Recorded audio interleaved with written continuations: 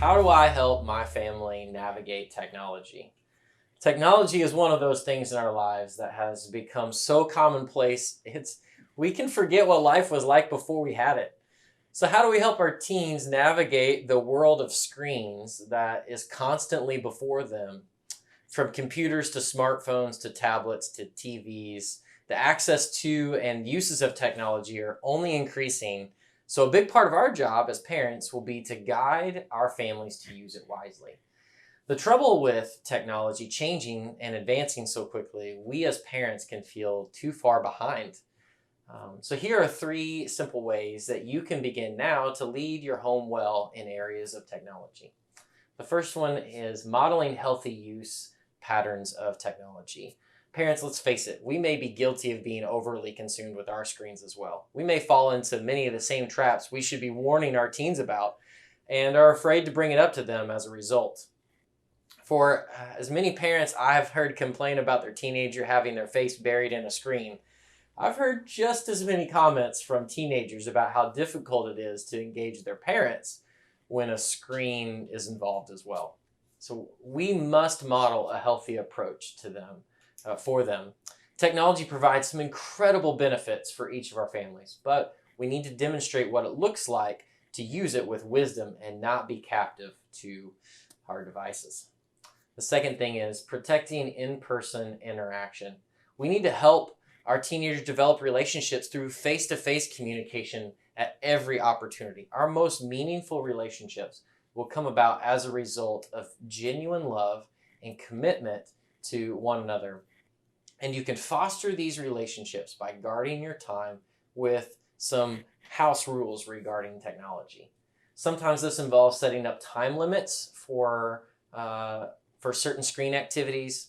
Maybe for your family, it means no screens at the dinner table. Whatever works well for your family, set it early and adjust it as needed in order to foster personal interaction. The third thing is maintaining a healthy perspective.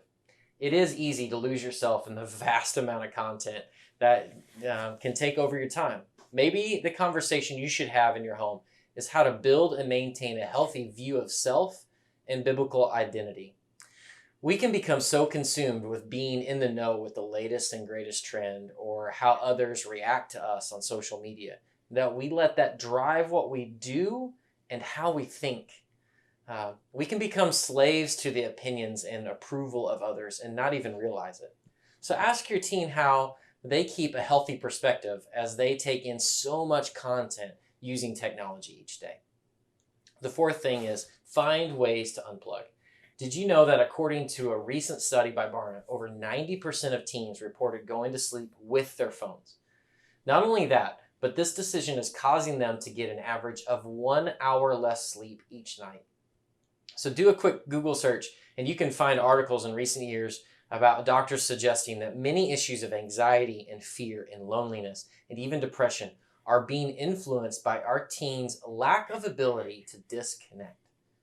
We know we were created to have a rhythm of work and rest, and this should be reflected both in how we utilize and unplug from technology. Some families do this by charging devices in a family room or a parent's room away from their teen. Unplugging keeps our teenagers from doing many of the dangerous things and sets up a good rhythm for their life moving forward.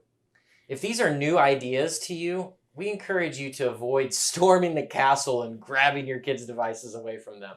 Instead, have a plan and process that will include intentional conversations between you and your teen. Use these conversations and relevant research along with your love for them to guide them towards healthier habits. You will want them to see the value of these habits so that they can continue when you're no longer watching over them.